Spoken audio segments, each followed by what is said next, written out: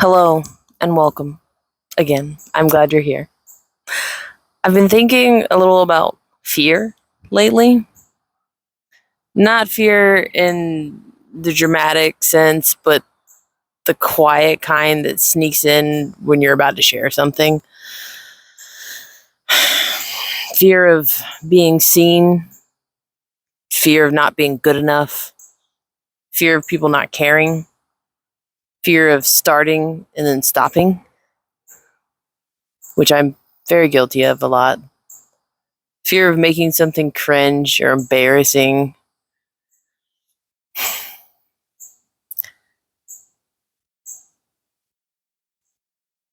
Where they show up is like before hitting upload, while editing or recording. And to be honest, I don't really do any editing. It's not much at all, if any. When comparing yourself to others, that's a big one. I think something we kind of, as a whole, need to realize is that it sounds corny, but we are all on our own journey, on our own timeline, and nothing is going to happen exactly the same for any given person. Like,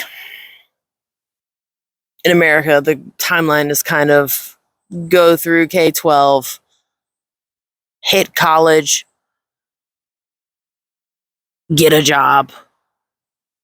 There's your life. Get married at, I don't know, 25. Have babies by 30. And it's like the plan is just so boring. There's nothing wrong with it, but like also, that's not the way it's going to happen for everybody. It's going to show up differently. Like, you might wait 10 years and then go back to school, go back to college because you spent your time partying and having fun in your 20s. And then you're like, oh, I need like a backup plan because I can't be a server, barista, whatever, forever. Maybe you went to a trade school instead. Maybe you became an electrician, like, which by the way is good money because, hazards, electricity, danger. Maybe you never get married. Maybe you never have kids. Maybe you do get married and you don't have kids. Like, maybe you adopt. Maybe you wait till you're like 45 to get married and then you adopt kids. Or maybe you just are solo dolo your whole life. I don't think there's necessarily anything wrong with any of it. The thing is just finding what aligns for you and then finding people to be in your life who align with that. What do I know? I'm just a random person on YouTube. I'm just a peasant, but that's my thoughts on it anyway.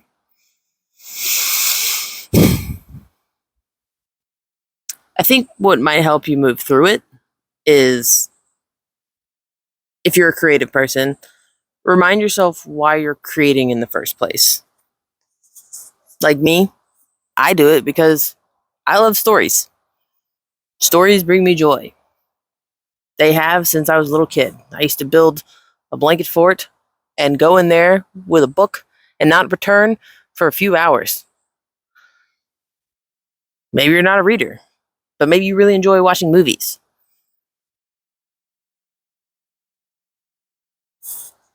I think reminding yourself why you're doing it is very important to your creative process if you are a creative person.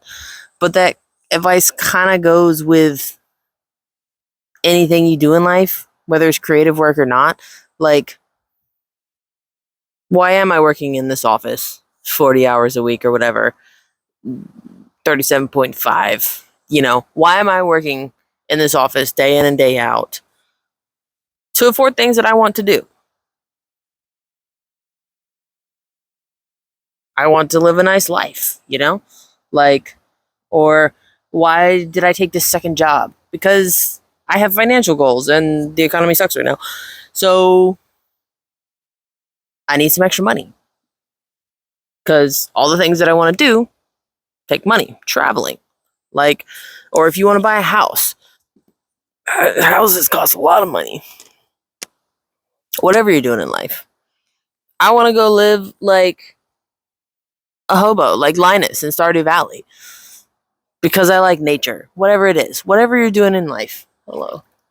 Whatever you're doing in life, I think you need to remind yourself why you're doing it. And it makes it make sense. Like, if you feel like your life's a dreg, why am I doing these things? If you come up with the fact that there is no reason for doing these things, stop doing the thing. Why am I working 2 jobs? I don't need to be killing myself for money because I already own a home or whatever. Like, okay, quit your second job. Respectfully. If it doesn't feed your soul or lead to something that is going to feed your soul, cut it out. Marie Kondo, does it spark joy? Is it going to lead to something that's going to spark joy? Cut it out. We need to do some editing on our lives sometimes. Also, let it be imperfect. Whether it's creative work or it's not creative work, let it be imperfect. Do the thing. Do the thing, Julie. Oh, I really love Avatar too. I forgot to mention that one last video. But let it be imperfect. Whatever you do, just, I think doing it is more important than it being perfect. If you can make it perfect, great. But if you're going to spend so much time trying to make it perfect that you're not actually doing the thing,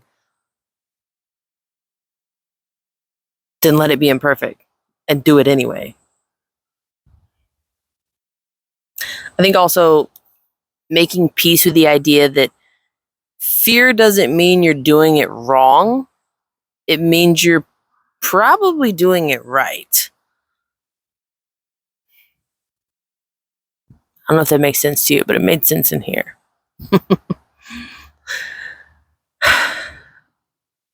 I think fear can be a part of the creative process without being in charge of it. Fear can be a part of non-creative processes without being in charge of them. You can't have courage without fear.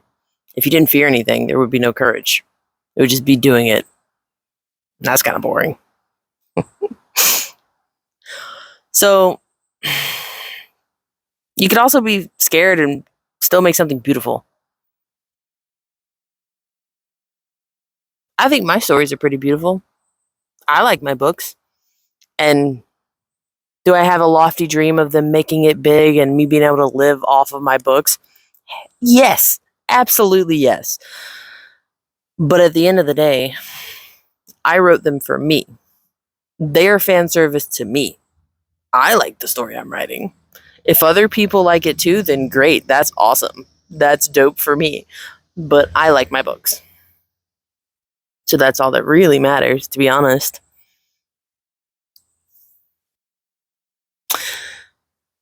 So my question to you is, what are you afraid of sharing?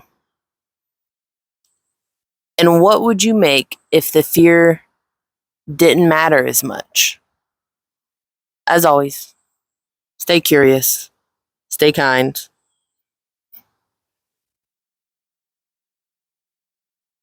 and stay making your life, making stories, making memories.